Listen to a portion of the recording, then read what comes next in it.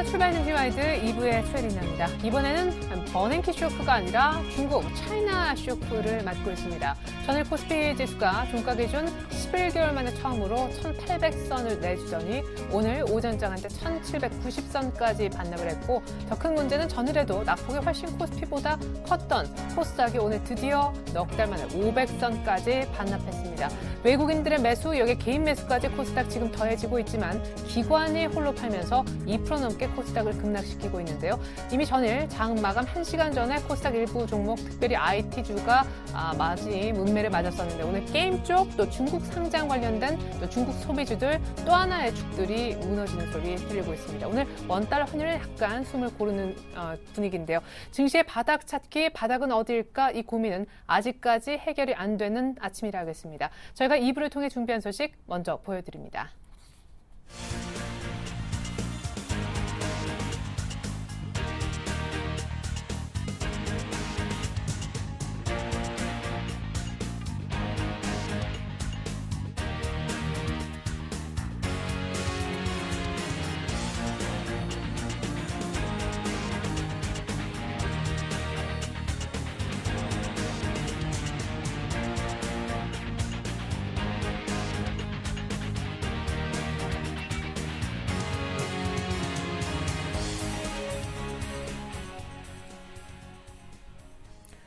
네, 현재 상황 수급 알아보겠습니다. 1,790선도 붕괴된 코스피와 500선까지 반납한 코스닥. 누가 많이 던지고 있을까요? 신한금융투자 박재민 PB팀장님 연결해 보겠습니다. 안녕하세요. 네, 안녕하세요. 네, 중국 쇼크까지 참 시장이 많이 어려운 것 같습니다. 외국인들은 13거래일 연속 매도, 꼭 또 아침에는 선물을 이렇게 1,000계약 정도 사더라고요. 네, 일단은 어제 종가가 1,800선이 깨졌습니다. 그리고 야간 선물 시장 잠깐 좀 동향을 체크해 보면요. 미국 시장이 1%대 조정, 유럽이 1.1 평균 5%대 조정. 야간 선물이 시초에 선물 지수로 231라인까지 밀렸습니다. 231라인이면은 코스피 지수로 환산하면은 1,780포인트가 약간 안 되는 수치거든요. 오늘 거기까지는 내려가지 않았습니다. 왜냐, 종가의 야간 선물이 233라인까지 올라왔죠. 지금 그리고 선물이 주간 시장 234라인, 야간보다 1포 높은 상황인데요. 아침에 어떤 현상이 발생했냐면요. 어제는 시초의 프로그램으로 밀었다면은 오늘은 프로그램으로 지수를 올리기보단 즉 선물을 올려가지고 지수를 개파락시킨 다음에 결국에는 거기서 끌어올렸습니다. 즉 아침에 풋옵션을 잡은 개인들을 순식간에 거의 반토막을 내는 그런 파생 플레이를 오늘 보여줬는데요. 그로 인한 외국인의 선물 플레이가 1,000계약 왔다 갔다 한다고 보시면 될 것 같고요. 어제 종가에 밀어냈지만 현물로 밀어냈지만 선물은 사면서 베이시스를 결국 스프레드를 확대시켰습니다. 즉 결국에 어제 그 스프레드 확대가 오늘 아침장에 시장 베이시스 1포인트 이상의 호조로 프로그램이 600억 정도 들어오게 하는 전략을 짰다고 이렇게 보시면 될 것 같습니다. 하지만 어떻습니까? 이제 그 작업을 어느 정도 이제 마무리했고요. 그리고 그 작업이 마무리된 상황 속에서 외국인은 여전히 현물을 팔고 있는 게 현재 상황이라는 거, 그 부분만 인식을 하시면 되지 않을까 생각이 듭니다. 자, 오늘도 삼성전자는 빠지고 있습니다. 130만 원이 붕괴가 됐고요. 지금 13,000원이 빠져서 130만 원 이제 겨우 지켜내고 있는데요. 일봉 차트, 주봉 차트 보면은 역시 추가 하락이 나올 수 있는 구간이라는 거, 그런 부분을 좀 인지를 하는 게 좋을 것 같습니다. 외국인은 여전히 매도 중이라는 거, 기관은 여전히 적극 방어에 나서고 있다는 거. 오늘은요, 오늘 수급 상황보다는 즉 이번 주 한 주는 월말 윈도 드레싱이 좀 진행이 될 수가 있거든요. 그 월말 윈도 드레싱이라는 건 프로그램으로 들어올 수 있고요. 그 프로그램을 외국인이 주도해서 기관이 기계적으로 걸어놓은 게 들어온다고 보시면 되겠습니다. 기관이 424억 정도 사고 있는데요. 금융투자 물량이 많습니다. 즉 증권 쪽에 프로그램 비차익과 차익 거래가 많다는 거고요. 그 조절은 외국인이 많이 하고 있다는 거, 그게 중요하겠습니다. 자, 근데 오늘 수급보다요, 오늘 말씀드릴 게 사실 이렇습니다. 올해 1월 1일부터요, 6월 25일까지, 오늘 날짜까지, 전체 거래소 집계를 좀 한번 해봤거든요. 외국인이 10조 2,800억을 거래소에서 팔았고요. 10조를 팔았습니다. 기관이 8조 5천억을 샀고요. 그리고 개인이 2조 4천억. 즉 외국인이 판 물량을 기관이 80% 받고 개인이 20% 받았다는 거고요. 반기 기준으로 그렇습니다. 6개월 동안 지금 6월 말은 아직 안 됐지만 그냥 4월 말부터 제가 시장이 안 될 거라고 말씀을 드렸는데 그때부터 외국인이 판 물량 지금 약 2개월치만 보면요. 외국인이 7조 5천억을 팔았습니다. 즉 아까 10조에서요. 2조 5천억이 그러면 한 3개월 동안 나왔다면 지금 나머지 3개월 동안 7조 5천억. 그러니까 1분기보다 2분기가 외국인의 매도가 3배 정도 거세졌다고 보시면 되겠습니다. 그중에 7조 5천억 중에 전기전자, 삼성전자 필두로 한 전기전자 업종이 2조 5천억, 그리고 자동차 업종이 1조 한 4천억 정도로 4월부터 6월 오늘 현재까지 집계가 되고 있습니다. 또한 금융업종도 1조 정도 팔고 있습니다. 금융업종 하면은 은행업종이 아마 대다수가 아닌가 생각을 하고 있는데요. 거의 다 물량이 시가총액 상위 종목에서 나왔다는 거죠. 자, 오늘 왜 이 집계를 말씀을 드렸냐면요. 결국에는 그렇습니다. 외국인의 자금 이탈, 양적완화 축소, 밤사이에도 미국에서 매파 의원과 비둘기파 의원이 버냉키가 지난주에 발언한 것에 대해서 좀 방어하려고 서로 합심하면서 말을 하는 것 같지만 그들은 아니라고 하죠. 하지만 아닌 게 아니라 이미 자금은 계속 이탈되고 있다는 것을 계속 말씀드리기 위해서 오늘 수급을 전반적으로 체크를 해봤습니다. 속내 같이 표현을 해볼게요. 외국인 계속 파는 거 안 보이냐? 무리하지 말아라. 이렇게 좀 말씀드리고 싶고요. 기간은요. 환율이 올라서 자동차 업종 최근에 샀는데요. 오늘도 자동차 업종 노리고 있습니다. 근데 수익은 나지 않죠. 많이 올리기 쉽지 않습니다. 외국인이 지속 팔기 때문이고요. 개인은 우린 어떻게 해야 되나요? 외국인 살려주세요. 이런 표현을 써봤는데요. 그러니까 외국인 제발 그만 팔았으면 좋겠다. 이런 표현. 저도 사실 제 개인적인 속내는 외국인 그만 팔고 이제 좀 들어왔으면 좋겠다 이런 마음을 가지고 있는데 사실 마음과 그리고 현실은 다르다는 거 그런 부분 말씀드리겠습니다. 오늘 코스닥 시장 좀 할 말 많은데요. 외국인은 아침에 60억 정도 10분 만에 사는 모습 보였었는데요. 지금은 규모가 줄고 있고요. 기간 114억 정도 차익 물량 나오면서 오늘 코스닥 500선이 드디어 붕괴가 됐습니다. 제가 지난번에 200일 이평선, 120일 이평선 깨지면서 말씀을 몇 번 드리면서 6월 중순 초반에 말씀드리면서 코스닥이 이렇게 되면 500선이 깨질 게 거의 기정사실화 될 것이다 말씀드렸습니다. 그래서 부품 주고 실적주 선별적으로 접근해도 되지만 가급적 현금을 갖고 가는 게 더 맞다고 말씀드렸고 코스닥에서도 외국인 자금 엑소더스가 나온다고 설명드렸었는데요. 오늘도 외국인 아침에 사는 것 같지만 결국 개인이 더 많이 사고 있고요. 이런 코스닥 조그맣게 외국인이 들어오는 수급 연속성이 없으면 상당히 불안하다고 말씀드리겠습니다. 지금 코스피도 코스피지만요. 코스닥의 하락률이 더 충분히 높을 수 있다는 거 분명히 인지를 하시면서 시장을 대응하실 필요가 있다고 추가적으로 좀 말씀을 드릴게요. 어제 마지막 1시간에 굉장히 매물을 많이 맞은 IT 부품주들, 특별히 2분기 실적이 좋아질 거라는 기대 속에 올랐던 LED까지도 어제 좀 많이 휘청였었죠. 자, 무엇보다 중국 얘기를 안 들은 것 같아서요. 중국의 신용경색 우려, 가뜩이나 경제 엔진도 꺼지고 있다는 우려에 중국 내부적으로도 엎친 데 덮친 격이 아닌가 생각이 됩니다. 중국 신용경색에 대한 시장의 지금 우려가 과하다고 보십니까? 아니면 정말 중국의 어떤 시스템 우려까지도 번질 만한 어떤 위기에 처해 있다고 보십니까? 일단은 중국도요, 미국과 양적완화 어떤 축소에 대한 우려가 발생을 하고 있다고 보시면 되겠습니다. 신용경색이라는 건 유동성에 대한 위기거든요. 결국에는 엎친 데 덮친 격 시장이라는 표현이 맞을 텐데요. 지금 미국발 어떤 출구 전략, 엑소더스, 외국인의 자금 엑소더스랑 같이 맞물리는 게 중국발 신용경색입니다. 사실 이 부분은 어제 중국 상하이 종합지수가 5.3% 빠지면서 같이 좀 더 부각되는 모습인데요. 이미 한 3주 전부터 내용은 나왔었습니다. 그 내용을 간단하게 살펴보면 이렇습니다. 즉 어제 신용평가사 피치가요. 이달 말에 중국에 투자된 즉 집중된 280조 원 어마어마한 규모죠. 280조 원의 규모의 자산 운용 상품, 보험사도 있고 은행도 있고 여러 가지 기관이 있을 텐데요. 그들 기관이 갖고 있는 상품의 만기가 이달 말 6월 말에 집중이 되어 있다고 표현을 했습니다. 피치가. 그래서 그게 만기가 돌아오면서 결국엔 콜금리, 단기 금리를 상승시키고 있다. 그래서 그렇게 되면은 저축 예측 규모가 작은 중소형 은행들이 크게 다칠 수 있다는 그런 우려를 표하면서 중국 상하이 증망지수가 더 많이 빠진 거였거든요. 여기에 무디스도 한몫했습니다. 중소형 은행들의 디폴트 리스크가 상당히 크다는 걸 말을 했는데요. 자, 중국은 이렇습니다. 중국이 만약에 이게 정말 진실이라면요, 단순 미국발 양쪽 간의 축소가 시장에 우려시 되는 거, 그 이상의 어떤 퍼펙트 스톰이 다가올 수 있다는 겁니다. 중국은요, 금융위기가 터지면요, 중국 경제에 영향을 받을 뿐 아니라 이웃 국가인 한국, 일본이 문제가 되지 않습니다. 유럽, 미국, 지금 강한 그런 선진국들이요, 글로벌 공장이 결국 무너진다고 생각하시면 될 것 같습니다.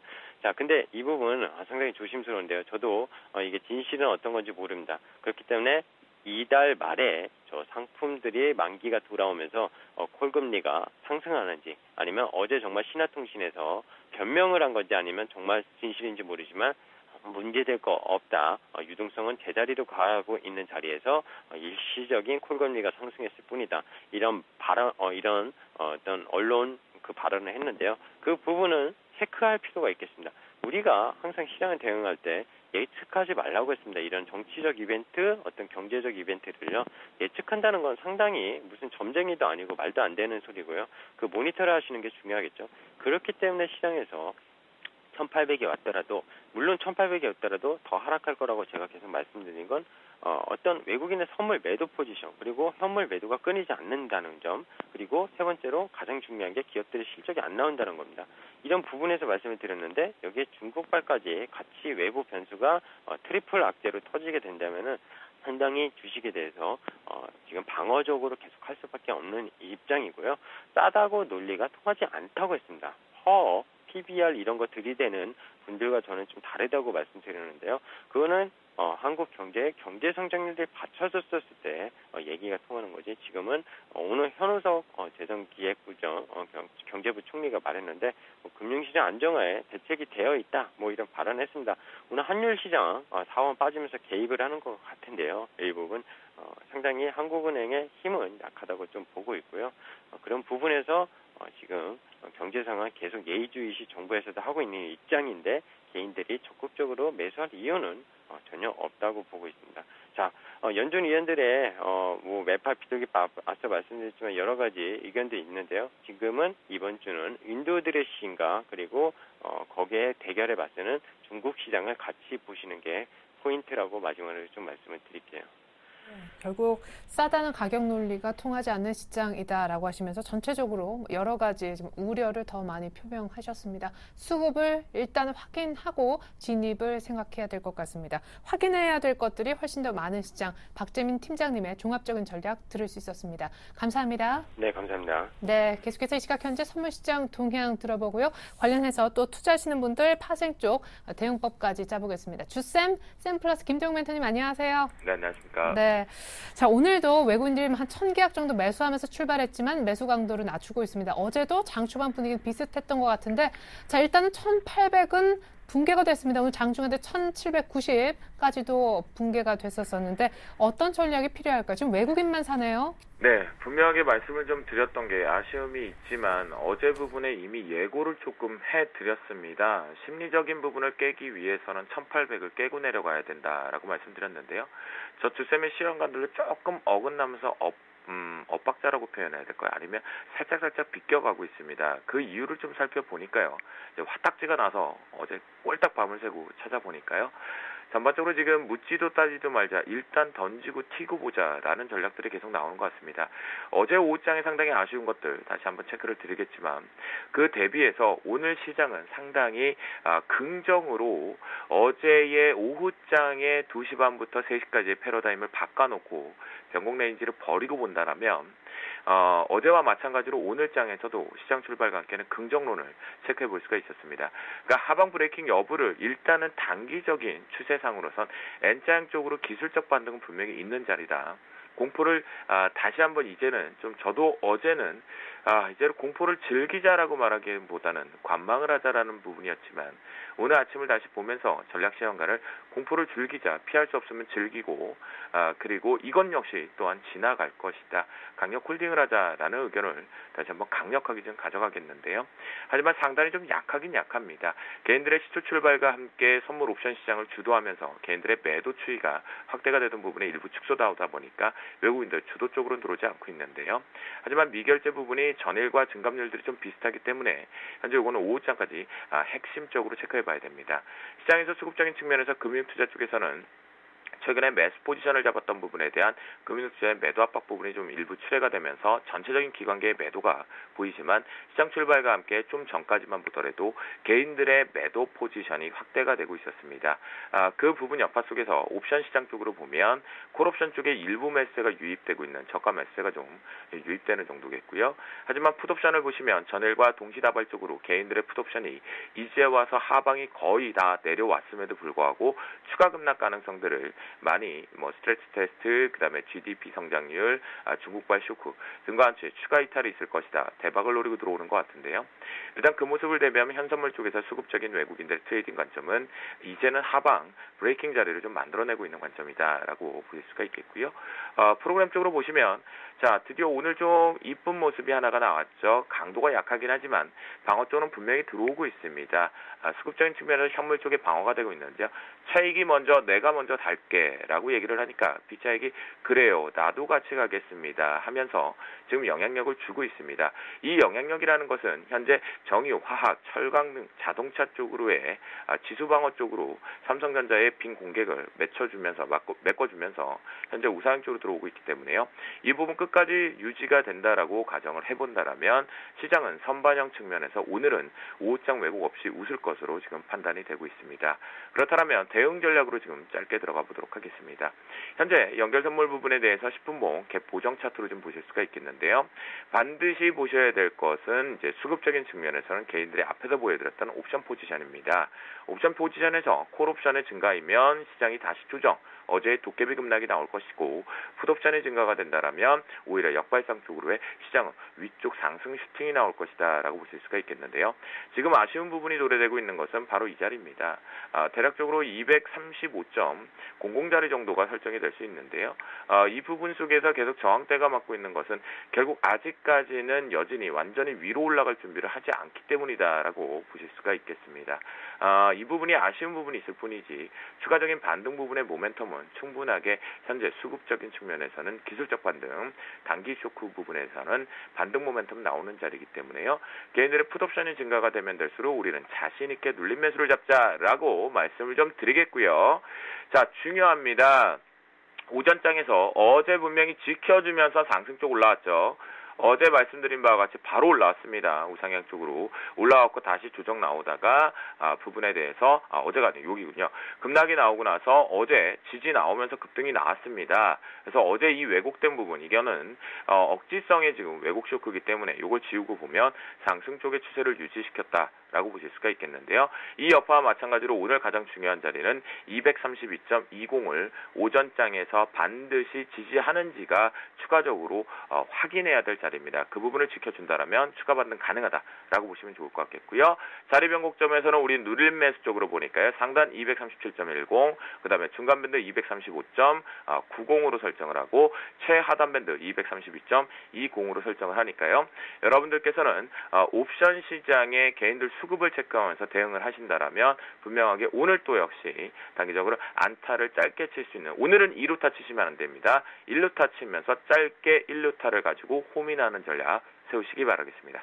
네, 단기 반등 노리고 눌림 매수 가능한 오늘, 하지만 지지라인까지 또 변곡까지 짚어주셨습니다.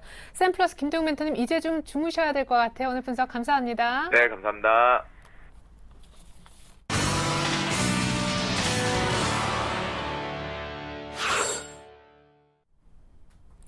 네, 시각 현재 업앤다운 특징주 준비했는데요. 코스닥은 여전히 낙폭을 좀 줄였지만 500선 아래쪽이고요. 코스피도 반등을 약간씩은 줄여주는데 1790 라인대를 여전히 못 벗어나고 있습니다. 먼저 오르는 종목부터 정리했습니다.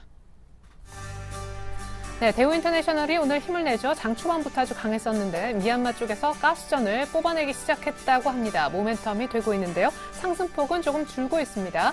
셀트리온도 싱가포르 국부펀드인 테마스에게 지분 추가 취득 얘기가 나오면서 오늘 또 코스닥 쪽에서도 서울반도체와 함께 힘이 좀 강해 보이는데요. 그래도 4%에서 2%대 상승폭은 좀 줄었지만 코스닥의 분위기가 많이 안 좋아지는 걸 감안해 봤을 때는 좀 견조하다라고도 평해볼 수 있을 것 같습니다. 웅진케미칼 지금 매물로 나왔는데 태광, LG, GS, 롯데 다 관심 있다고 하죠. M&A 기대감 때문에 오늘도 오르고 오늘 장중한테 신고가를 쓰기도 했습니다. 네, 이번엔 다운주입니다. 오늘 중국발 리스크 때문에요. 중국 상장 기업들이 오늘 많이 분위기가 안 좋은데요. 완리의 경우에는 최근에 유중 얘기도 있었었고 오늘 점 한가로 출발해 아직까지도 한가가 풀리지 않고 있습니다. 유나이티드 제약은 2분기 실적 우려 속에 오늘 6% 정도 급락해요. 이미 전일 장기 이평선을 깼었는데 오늘 기술적으로도 더 안 좋아진 모습입니다. 위메드는요. 남고은 대표이사 사임으로 인해서 오늘 어제 이어서 또 한 번의 급락을 보여주고 있는데요. 굉장히 좀 진두지휘하셨던 영향력 컸던 CEO인데 이 같은 CEO가 사임한다니까 일단은 주가가 좀 부진하면서 흔들리는 모습도 포착되고 있네요. 네, 먼저 업종목에 대한 대응법 그리고 상승 원인 들어보겠습니다. 오늘 동부증권 방배 지점으로 나가볼까요? 김혜란 연구원님 안녕하세요. 안녕하세요. 네, 오늘 같은 날에 오르고 있는 종목들이 있군요. 무엇보다 대우인터내셔널 최근에 이 상사, 상품주 다 안 좋았었는데 오늘 좋은 소식이 있나 봐요. 네, 대우인터내셔널이 지금 가장 기대됐던 부분 미얀마에서 특히 미아가스전에서 성공적으로 가스를 생산했다고 이제 시작했다 밝히면서 장 시작과 동시에 주가 급등하는 모습이었는데요. 지금은 장 하락과 좀 맞물려가지고 상승폭이 좀 축소되고 있는 모습입니다. 지금 2006년에 이제 미얀마 가스전 발견 이래 7년 만에 첫 생산인데요. 미얀마 가스전에 있는 제 매장량은 원유로 환산했을 때 8억 배럴에 달하는 굉장히 대형 가스전입니다. 그리고 향후 25년, 30년 동안에 3천억에서 4천억 원 가까이 가스 판매 수익이 기대되고 있는 상황이라서 오늘 좀 주가 상승의 의미가 있다고 보여지고요.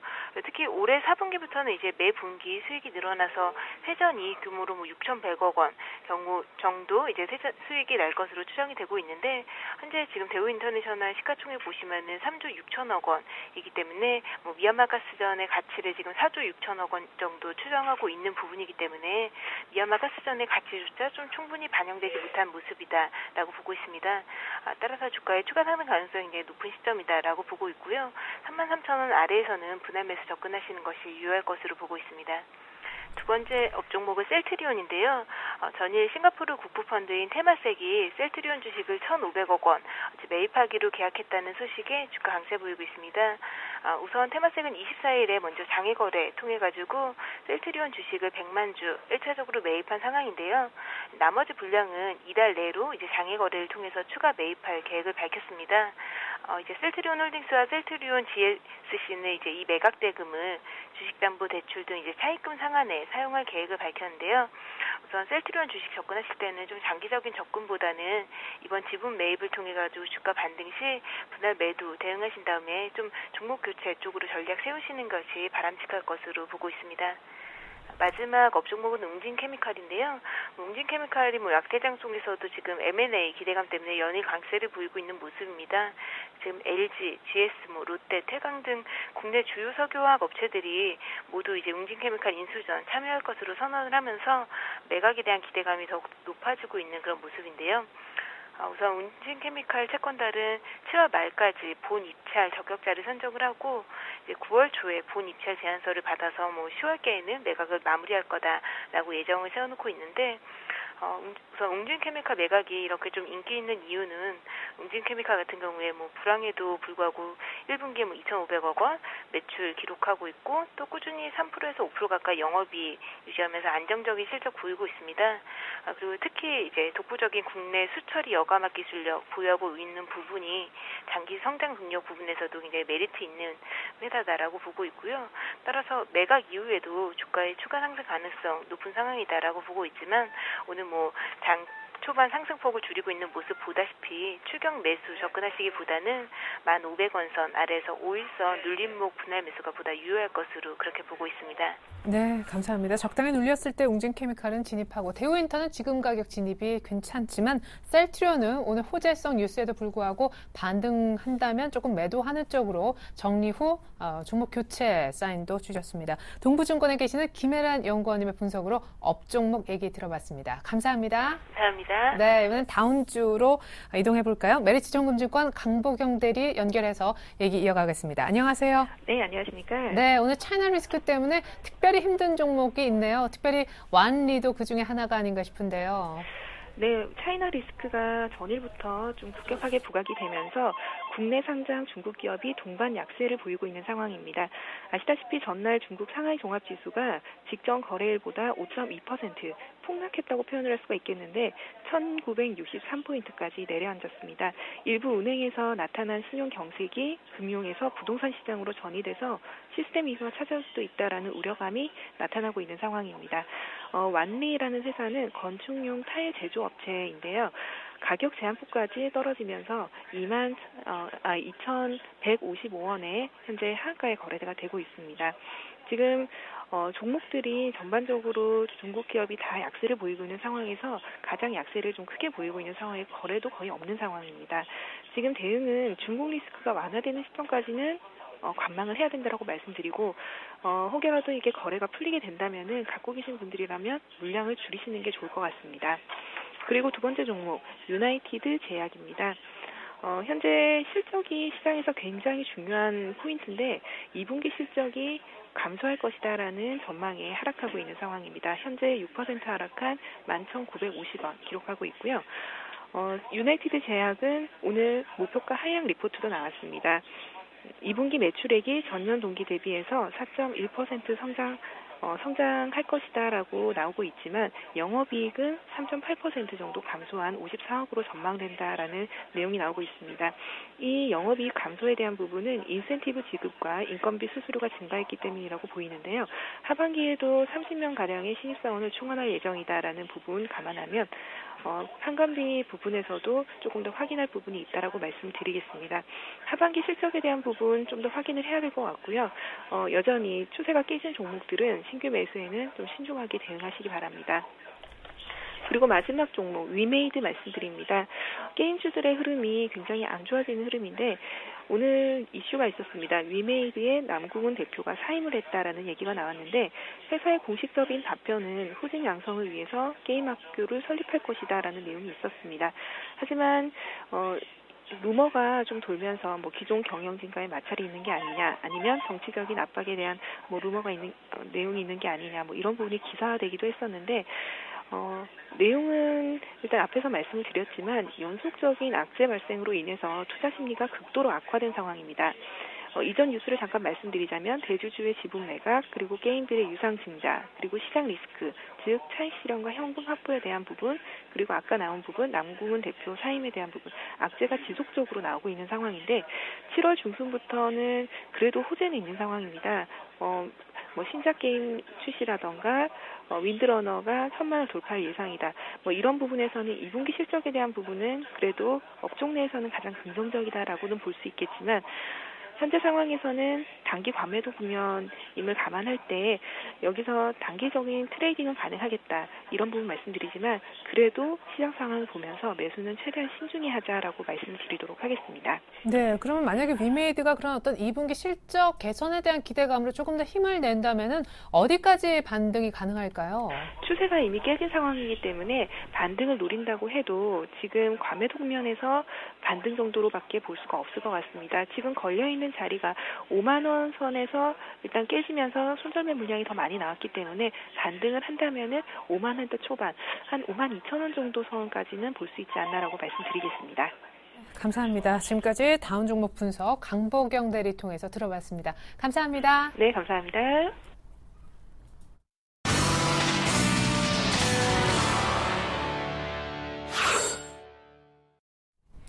네, 코스닥의 낙폭이 여전히 2% 안쪽으로 좁혀지지 않는 지금인데요. 전문가들이 오늘 마디 지수가 양시장 모두 깨진 현 시장에서 이렇게 해보라고 조언을 해주셨습니다. 한 대 모아봤습니다. 자, 먼저 김동섭 이사님은요, 외국인들의 선물 환매수가 나오는 것이 상당히 중요하고 시장의 바닥 찾기, 바닥이 어딜까 고민이 많은데 아마 그 정도 포인트가 바닥일 것이다 라고 얘기해 주셨습니다. 우리 심기현 대표님 어제여서 오늘까지 특별히 함께 해주셨는데요. 미국, 중국 G2 악재에 따른 바닥 확인 구간이다라고 분석해 주셨고요. 정태근 팀장님은 아직 가격만 싸졌을 뿐 확인해야 될 그런 변수들이 많기 때문에 싼 가격에 혹해서 매수하는 그런 우를 범하지 말자는 의견 있었습니다. 오늘 특별히 또한 7월 전망해 주신 최운선 투자전략 차장님 정책 전환의 과도기를 지금 통과 중에 있는데 아마 7월 초가 되면은 이후에 외국인들 매도도 점차 완화되면서 시장은 빠르게 안정을 되찾을 수 있을 것이다. 7월 전망해 주신 바 있고요. 박재민 팀장님은 싸다라는 가격 논리가 통하지 않는 시장이니까 수급만 보자. 철저히 수급을 확인하자라고 의견 주셨습니다. 네, 이런 의견에 또 다른 전문가는 얼마나 공감도를 표시해 줄까요? 공감 정도를 알아보겠습니다. 동부증권 박성일 대리님 연결할게요. 안녕하세요. 네, 안녕하십니까. 네, 공감도부터 표시 부탁드릴게요. 예, 일단 오늘은 정책 전환 과도기에 통과 중이라는 의견, 그리고 싸다라는 가격 논리가 통하지 않는다고 말씀하신 의견에 제가 공감을 조금 하고 있는데요. 일단은 양적 완화가 시행을 된 이후로 당연히 이제 출구 전략은 시행이 될 수밖에 없었고, 이제 출구 전략이 시행이 되는 게 이제 현실화되다 보니까 2008년 이후로 들어왔던 자금들 대부분이 지금 포트폴리오를 조정하는 과정에서 이머징 시장을 매도하는 과정에 있는데, 아직까지는 이제 외국인 매수가 멈췄다라고 판단하기는 조금 이르다라고 생각을 하고 있습니다. 1994년과 2004년 사례를 보면 3개월에서 5개월 가량의 포트폴리오 조정 시기를 거치고 나서야 지수가 상승을 할 수 있었기 때문에 지금 현재 싸다라는 접근 방법은 옳지 못하다고 판단을 하고 있고요. 외국인과 기관을 중심으로 해서 수급이 어느 선에서 방어가 가능한지를 판단하는 게 현재 시장에서는 가장 중요하다고 말씀드리겠습니다. 네, 그래요. 일단 정책 지금 전환기에 과도기 이름하자 시장이 좀 진통을 겪고 있다라는 분석에 또 공감을 표해 주셨는데 싸다라는 매력에 혹할 것이 아니라 수급을 역시 봐야 된다라고 하셨습니다. 그러면 저점 자체가 지금 예측이 불가능하다라는데 공감하시는 건가요? 수급이 좀 좋아질 때 그때가 그냥 바닥이 되겠네요. 그러면 오늘 500선이 붕괴된 코스닥은 또 어떻게 대응하면 좋을지 전일 막판 1시간을 남겨두고 급락한 종목들이 속출하고 있는 코스닥이기도 한데요.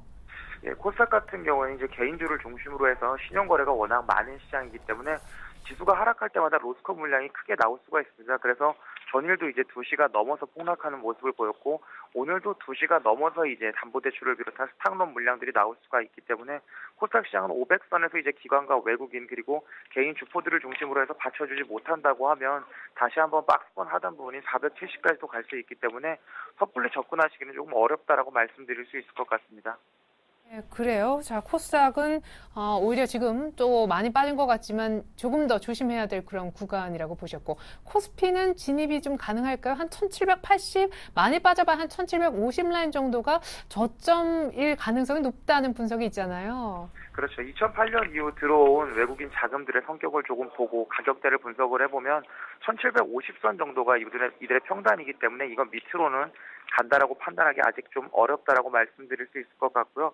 워낙 밸류에이션과 이격도가 벌어져 있는 상황이기 때문에 외국인이 매수를 한다고 해도 이번 달 말에 윈도우 드레싱 그리고 다음 달부터 들어올 수 있는 연기금 자금들이 적극적으로 1800 밑에서는 막아줄 가능성이 높습니다. 그렇기 때문에 이것들이 들어와서 변동성이 얼마만큼 축소가 되는지 시장을 한번 보시고, 코스피는 개인적으로 매수를 들어가도 조금씩 괜찮은 구간이다라고 판단을 하고 있고요.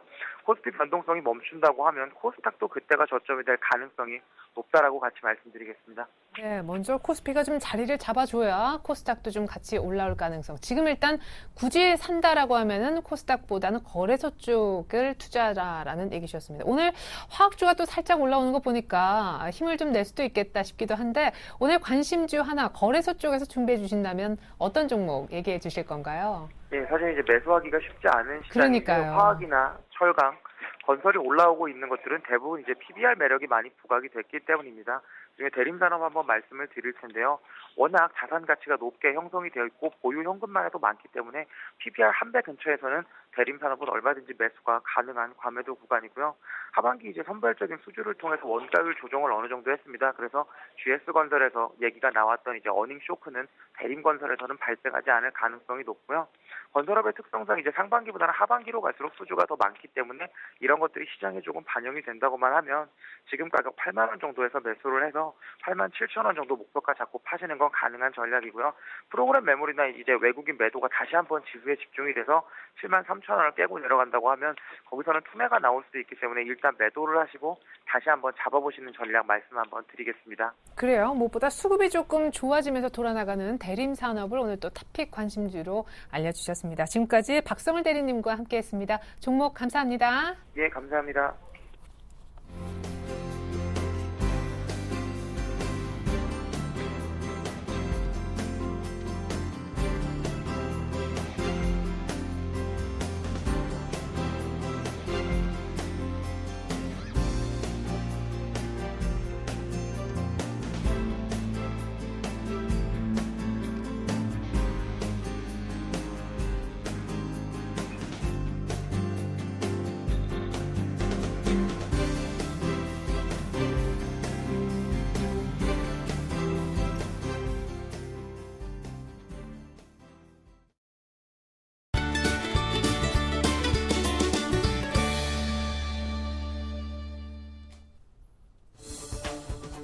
네, 안녕하십니까. 김선윤의 차트민주 시작해보도록 하겠습니다. 자, 시장이 조금 많이 흔들립니다. 특히 코스닥 쪽에서 500포인트를 깨고 내려갔습니다. 그래서 497포인트 현재 상황을 좀 보여주고 있고요. 수급 상황도 잠깐 체크를 해보자면요. 역시나 코스닥 쪽에서 코스피 쪽은 거의 400억 매도를 외인들과 기관이 보여주고 있고요. 코스닥 쪽에서는 기관들의 매도가 조금 강하게 나와주고 있습니다. 136억의 매도 상황 지금 현재 보여주고 있습니다. 기관들이 조금 어느 정도 정리해 준다는 거 로스컨 물량일까요? 조금 500포인트 깨지고 나서부터의 매도세가 좀 강하다는 흐름이 조금 있는 것 같은데요. 코스피가 오히려 조금은 안정된 흐름이 나올 것으로 좀 추이가 됩니다. 코스닥보다는 코스피 쪽에서 반등이 나와주는데 확실히 옥석 가리기가 있을 것 같아요. 2분기 실적에 대한 종목들 기대감에 의해서 추가적인 반등이 나올 수도 있는 그런 기관들과 외인들의 매수가 집중될 수 있는 그런 시기인 것 같습니다. 그래서 좀 관련주들을 확실하게 조금 체크할 그런 필요가 있는 그런 시장인 것 같아요. 일단 중국 리스크가 있죠. 굉장히 많이 빠졌습니다. 하지만 조금 심리적인 안정감도 없는 시장이고 또 약간 좀 지표 자체가 부진하지만서도 국내에서는 소비자 심리지수 긍정적으로 나와줬고요. 조금 더 반등을 줄 수 있는 분위기가 좀 연출되지 않을까라는 판단이 됩니다. 어느 정도는 그래도 약간의 불안감이 있지만서도 조만간에 좀 회복되지 않을까 생각이 됩니다. 자, 종목 보겠습니다. 역시나 조금 어제 시장 좀 급락하는 바람에 또 종목 한 종목이 또 단기로 보았던 종목이 좀 손절이 나와버렸습니다. 먼저 볼게요. 지금 세 종목 있습니다. N소프트, 로만손, PSK를 이렇게 제가 말씀을 좀 드리고 있는데 N소프트는 크게 좀 빠지진 않았습니다. 거의 한 마이너스 한 3% 정도 상황이죠. 홀딩하도록 하고요. PSK도 역시 조금 매수가 어제 추천드렸는데 좀 빠지고 있긴 합니다. 하지만 지수 대비해서 조금 그래도 양호한 흐름이네요. 홀딩하도록 하고 로만손을 9,300원에 좀 샀는데요. 어제 오늘 좀 급락이 나와줬습니다. 단기적으로 좀 약간 봤기 때문에 정리하실 분들은 정리하셔도 괜찮은데 이 종목은 아직까지는 그래도 좀 길게 보실 분들은 가져가도 괜찮습니다. 실적이 좀 굉장히 양호하기 때문에 조금 길게 보실 분들은 가져가시고요. 짧게 보실 분들은 정리하시면 될 것 같아요. 자, 마지막으로 PSK 말씀드렸었는데 어제 말씀드렸던 종목 잠깐 보겠습니다.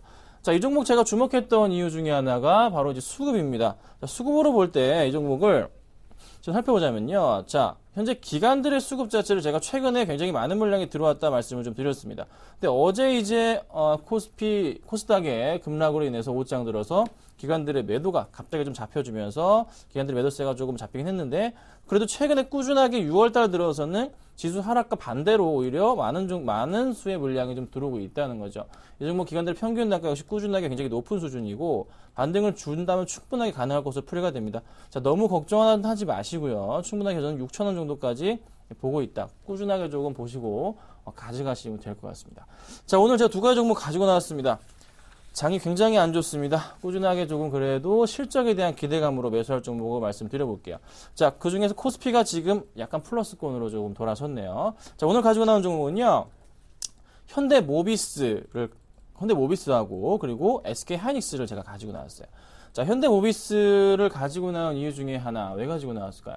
자, 저는 이 종목을 좀 주목한 이유 중에 하나가 바로 이겁니다.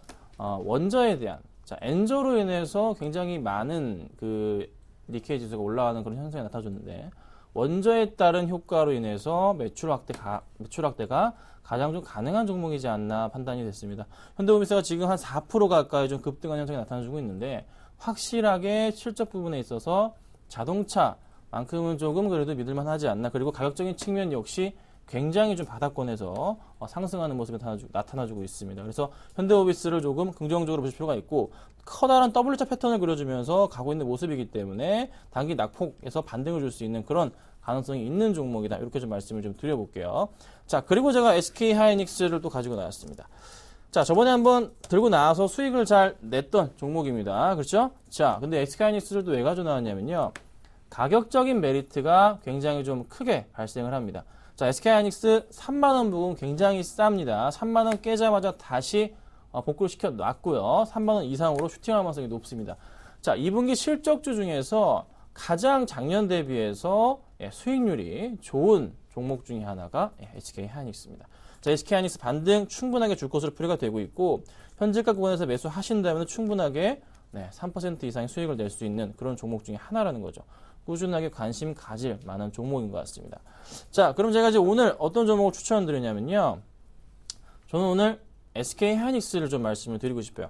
2분기 실적에 대한 부분이 굉장히 좀 양호하기 때문에 현재가 한 31,100원 정도 매수하면 될 것 같은데, 자, 수급적으로 좀 살펴볼게요. 자, SK하이닉스 수급적으로 봤을 때 최근에 수급 상황이 약간 꼬이는 듯한 느낌이 납니다. 오늘은 좀 오르지만 그 전에 3일 연속 하락을 했죠. 기관들의 매도세가 조금 깊었고요. 외인들이 또 잘 사주다가 3일 연속 좀 매도세가 좀 있었습니다. 하지만 최근 들어 다시 한번 주목해야 볼 필요는 오늘의 상승폭을 주목하셔야 됩니다. 오늘의 상승폭이 3만원 아래 구간은 굉장히 싼 구간이다. 그래서 오늘 아마 외인들이든 기관들이든 많은 물량을 매수하는 모습이 아마 보일 겁니다. 그러면서 주가 흐름 자체도 지금 3만 50원 부근인데 충분하게 슈팅을 해줘서 3만 1,000원 이상까지 단기간으로 올라갈 수 있지 않을까 판단이 됩니다. 3만 100원 부근에서 매수를 하시면 될 것 같고요. 꾸준하게 반등을 준다면 1차적으로 목표가 제가 한 3% 정도 잡고 대응하시면 될 것 같고, 좀 더 크게 본다면은 저는 3만 3,000원 정도까지. 자, 2분기 실적이 발표되는 7월쯤에 분명히 그 전에 아마 다음 달 초부터 해서 큰 반등을 주지 않을까 판단이 됩니다. 그 전에 고점 부분이었던 37,000원 부분일까요? 그 부분 충분히 저는 가능하다 보고 있는데, 1차적으로는 3% 보지만 좀 더 크게 보실 분들은 33,000원, 34,000원 정도까지도 볼 수 있는 종목이다. 좀 말씀을 드려보겠습니다. 손절가는 29,000원 잡고 대응하도록 하겠습니다. 자, 오늘은 제가 SK하이닉스 말씀을 드렸고요. 3% 꼭 성공하는 종목으로 제가 한 말씀 드려봤습니다. 김선진의 차트민주 마치도록 하겠습니다. 감사합니다.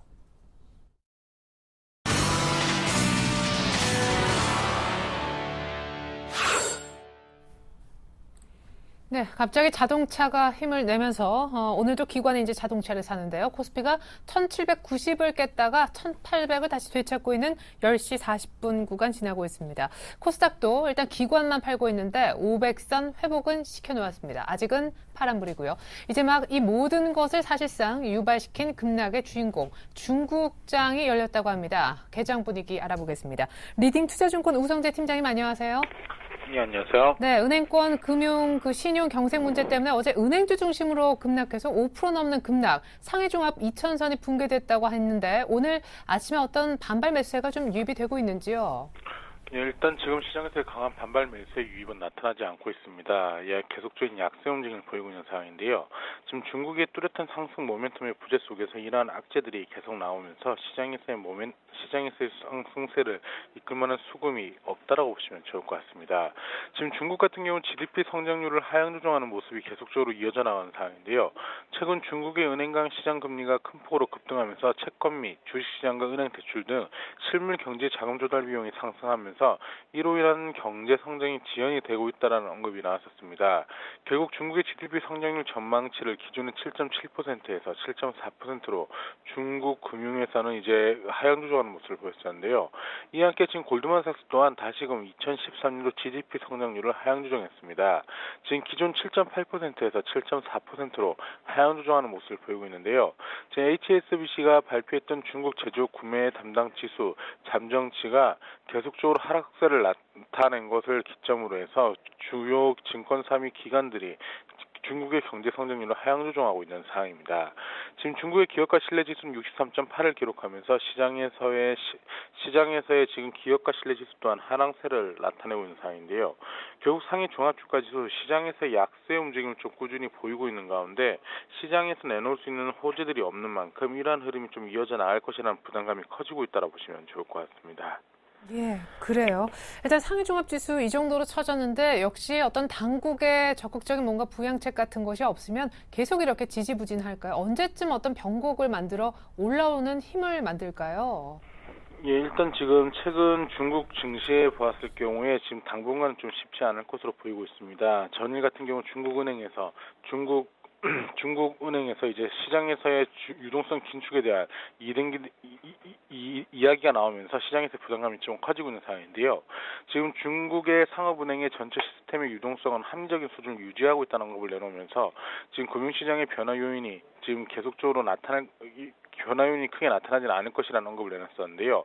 이와 함께 상업은행들의 유동성 관리 감독 수준에 대해서 더욱 높은 요구가 필요하다는 언급을 내놓으면서 지금 유동성 긴축에 대한 우려감이 커지고 있는 상황입니다. 결국 지금 중국 정부에서 내놓고 있는 정책들이 그 노선이 크게 변하지 않을 것으로 전망이 되고 있는 만큼 당분간 이러한 흐름세 속에서 중국 증시 또한 하락세 혹은 이제 2000선 내외의 혼장세 움직임이 이어져 나가는 확률이 높다고 보시면 좋을 것 같습니다. 네. 1950선도 개장하면서 상해종합 깼는데 지금 40선까지 낙폭은 1%대로 시작과 동시에 벌어지고 있네요. 우성재 팀장님 분석 잘 들었습니다. 네, 고맙습니다. 네. 자, 코스피는 그래도 제가 이제 막 인사드리려고 했는데 1800과 500선 각각 되찾았는데요. 오늘 시초가 공략주 잘 버티고 있을까요? 리뷰해 보겠습니다. 오늘 니케미 시초가 공략주로 설명이 되었었죠. 강정훈 부장님의 종목. 일단 리튬 2차 전지 주 원료는 전액 소재 그리고 LCD 패널 공정 재료로 사용되는 에천트 소재 이 두 가지를 주력으로 생산하고 있습니다. 중대형 2차 전지 성장이 되면서 이쪽의 수혜도 기대가 되고요. 무엇보다 1분기에는 자회사 영업 손실 때문에 1분기 영업이익이 일단 플러스가 아니었었는데 2분기 흑자 쪽에 실적 호전도 기대가 되고요. 성장 동력도 충분히 갖춘 회사가 되겠습니다. 무엇보다도 리캠을 얘기하신 이유가 기술적으로 살 때가 됐다. 패턴이 차트적으로 좋다라고 하셨었는데 리캠의 차트 한번 열어보겠습니다. 한 3거래일 전쯤에 이렇게 급등이 나왔었고요. 장중 한번 상한가 트레이도 했었던 그런 종목입니다. 거래도 동반됐었는데 이틀 정도 양화 눌림목 이후에 오늘 시초가에 공략을 했었죠. 시가는 7,900원. 지금 오늘 같은 이런 변동성 장 속에서도 지금 시가 대비 1%가량 수익을 내고 있네요. 참고로 목표 가격은 한번 3일 전에 급등했었던 그 정도 고점 8,550원으로 대응해 보시면 좋겠고요. 최근에 또 알 수 없는 시장이니만큼 손절 가격도 이평선이 몰리는 구간인 7,550원 정도 잡고 대응하시면 좋겠습니다. 네, 이 정도에서 저점을 좀 잡아줬으면 좋겠는데 오늘 코스닥까지도 마디지수가 깨졌던 날입니다. 여러분들 힘내십시오. 출발 진시와이드 마칩니다. 감사합니다.